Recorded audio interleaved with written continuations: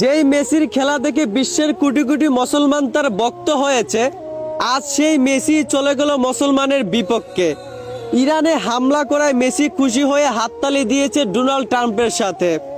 অথচ এই মেসিকেই বাংলাদেশের কোটি কোটি মুসলমান নিঃস্বার্থভাবে ভালোবাসে। যেই মেসি কিনা মুসলমানের পরাজিত দেখে খুশি হয়ে হাততালি দেয়। আসলে এই মেসি একটা সময় আমারও ফেভারিট প্লেয়ার ছিল, কিন্তু এই দৃশ্য দেখার পর সে আমার মন থেকে উঠে গেল।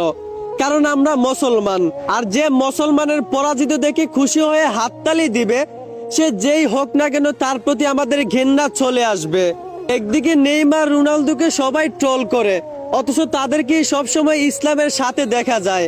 আর এই মেসিকে যাকে কোটি কোটি মানুষ নিঃস্বার্থভাবে ভালোবাসে, সেই মেসিকেই আজ মুসলমানের বিপক্ষে দেখা যাচ্ছে। আসলে আমরা বাঙালিরা কখনো বিবেক দিয়ে কাজ করি না। সামান্য একজনের খেলা দেখে তার প্রতি এমন ভক্ত হয়ে যাই যে আমরা নিজের ধর্মটাকেই ভুলে যাই। যাই হোক, এসব কোনো ব্যাপার না। কোনো খেলোয়াড়ের হাততালিতে মুসলমানের বিজয় আটকাবে না। ইনশাল্লাহ ইরানের বিজয় হবে।